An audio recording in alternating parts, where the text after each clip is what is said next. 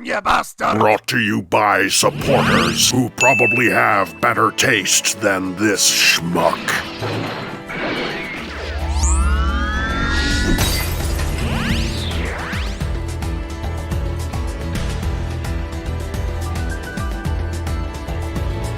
Greetings, Cybertronians. It's definitely been a while. I mean, not on this channel. I think this has probably been one of the most productive years on this channel I've had in recent memory. But definitely when it comes to the marathon, I am so excited to be back. Past few years have been a bit tumultuous. I've been moving, and then there were big projects with the War for Cybertron thing, but now I actually have the time for it.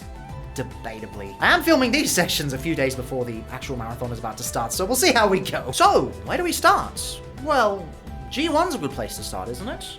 I mean, when you go in things with chronological order, not necessarily. G1's been done to death. It's been done over and over and over, so why don't we try some G2 for a change? I mean, it was a really interesting part of the franchise. It very nearly killed the franchise. That's why we had Beast Wars saving it after the fact. If you actually look at G2, a lot of it wasn't that weird 90s bodaciousness. A lot of it was just weird.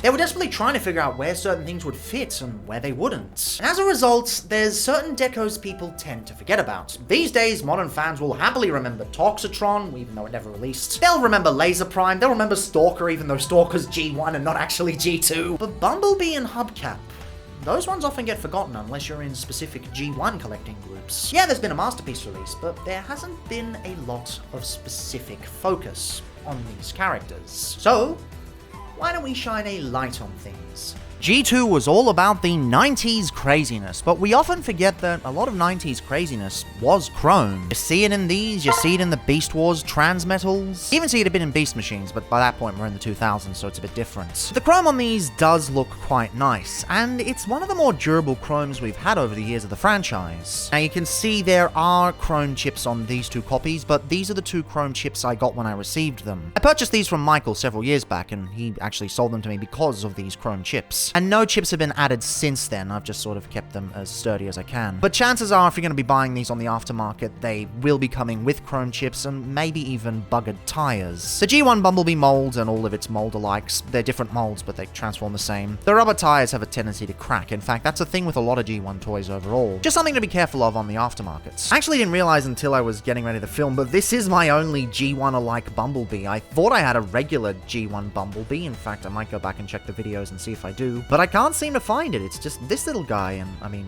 okay, I guess that's okay. This guy's a very nice representation. Something like this is not feasible these days. Chrome is very, very expensive to do. So with stuff like the Masterpiece, you're basically just getting metallic gold instead. And I think that's a real shame because these are quite lovely. Of course, as it's a G1 Bumblebee alike, he turns into a penny racer, so the details are super deformed. Everything is squished. It's supposed to be one of those pullback kind of things. It doesn't actually pull back like a real penny racer would, but it works really well. I love the way the windows are done. They're sort of semi-clear, semi-not, and it's an insert, so unlike a lot of modern Transformers, it's not going to break on you, which is something I feel they should do with a lot of clear plastic on modern figures, but, you know, it is what it is. Paint is very minimalist. In fact, there is no paint aside from the chrome, no paint on the lights, no paint on nothing, just the bumper done in black plastic instead, and of course you've got the sticker at the back. No paint on the lights here, pretty much nothing but pinned wheels, so that's pretty nice. Not a lot to say with this one. It's just a really nice gold Bumblebee. And in this deep gold, it doesn't feel cheap. It doesn't feel cheap because it's not that prone to chipping. It's just that this figure is almost 30 years old, so what are you gonna do? But with this deep yellow, I think it really works. It makes it not look like a KO like a lot of figures would. Hubcap is funny though, because his Hubcap, not Cliffjumper. Nobody actually knows why they made Hubcap, who was yellow, into red instead of using Cliffjumper. The big hypothesis is that they didn't have access to the Cliffjumper mold. It's never been reissued since G1. It's a mold that if you see a reissue, yep, that's just a flat-out KO. So they probably just used Hubcap and made him red so that he wouldn't be the same as Bumblebee. Which, you know, I can respect. I can respect them trying to do something different. But you can use it as a stand-in for Cliffjumper if you like, because the differences aren't that crazy. Of course, the alt mode's different, and every G1 within a 10-kilometer radius is going to be screaming their heads off, but really it doesn't matter. Everything else is basically the same. This one's more prone to chipping at the front here just because of how it's manufactured and because of how the sprues are cut off, but still really nice. The chrome red on this is absolutely lush. I just love the way it coats everything, especially with the extra windows. Now that we got more windows, it just looks really nice. It's a very nice color breakup. I'm not sure if this Autobot symbol is the original. I'll have to check it, but it's a nice little thing at the back. Would have liked the original sticker that was on Bumblebee instead, but you know, know, still pretty good. Nice little subtle spoiler at the back there, and nice little details. Really, there's only one major gripe I have with the mold, and it's the way it's designed. Like a lot of G1 toys, they didn't really think of tabs, they didn't really think of solidity, they didn't really think of things breaking down. The Bumblebee mold, my least favorite thing about it is that it tends to do that. And that applies to all similar Penny Racer kind of molds. Just the fact that the wheels, whenever you pick it up off the ground, tend to do that. That's my biggest gripe. I'm hoping that the eventual Missing Link versions that are probably coming out as I'm recording this, or maybe as I'm releasing it, I don't know. I'm hoping they add those sorts of tabs in there because that's something I'd really like to see. Still not sure I'm going to get the Missing Link versions, I'm undecided, but if they could do that, I would greatly appreciate it. Now, sizing is basically the same for them. They are 3.5 centimeters wide, 4.7 centimeters long, and about 3 centimeters tall. And for comparisons, here they are next to a standard Legion figure, a standard Core Class figure, a standard modern Micromaster, a standard modern Minicon, a not-so-standard Lego minifigure, and crumbs. G1 Bumblebee's transformation is iconic, but of course, not everyone's seen it, so as I do, I'll just go through it. Yoink the legs out. Oh no, sliding rails, how horrible. It's a G1 toy, who cares? Rotate up on the ankles. They've got sort of hinge systems here that work with that. Pull out the arms. Geez, these are tighter than usual. Come on, just get out of there. I don't think I've messed with a bee this tight. Didn't realize it was that tight. It wasn't that tight last time I messed with it.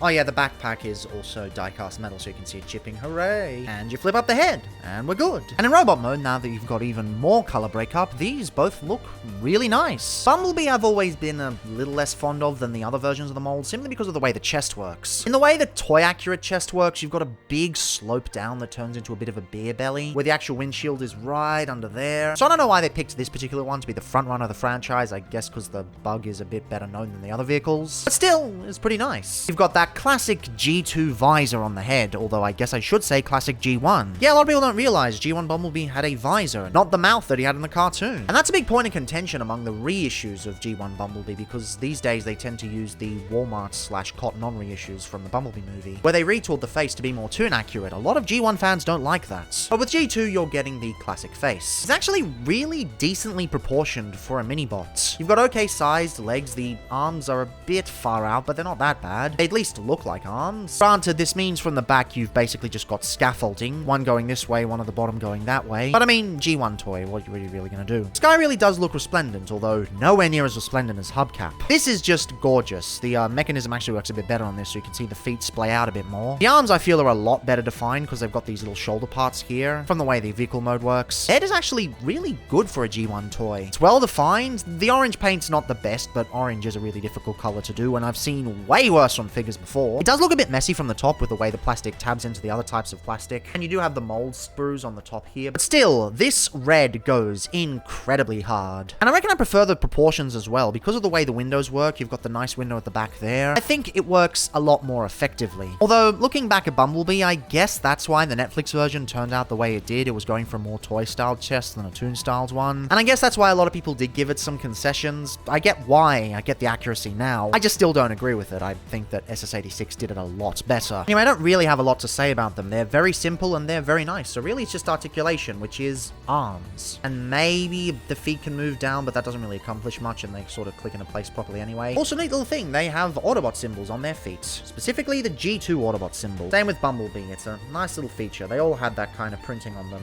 Anywho, size-wise, they are once again identical with 5.8 centimeters wide. It looks a bit weird when I'm pulling it out all the way over here. And 8 centimeters tall. And for size comparisons, here they are next to a standard Legion figure, showing that yes, they are very small. Mini-bots were not big by any stretch of the imagination. A standard Core Class figure, a standard modern Micromaster, a standard modern Minicon, a not-so-standard Lego minifigure, and crumbs. Getting a good copy of these two is prohibitively difficult. Because of the chrome, you're looking at something a bit expensive. Unless you don't mind things being chipped up to absolute oblivion. If you don't mind, then that's absolutely fine. But these are the sorts of figures where, if you're not dead set on getting them, if you're not absolutely adoring the idea of owning these, then they're not exactly the most important to get for your collection. For me, I was fortunate. I happened to come across a really bloody good deal. I don't know why I have so many good deals on Transformers collectibles, it's kind of funny. But if you are hunting them down, chances are you probably won't be as lucky as I am, and that is unfortunate, but it seems to be the way things go. They are really good. The chrome is very durable for the time. I mean, not a lot of chrome holds up the way that G1 chrome does. And of course G2 by the same thing. And they are are really fun molds, but if you're not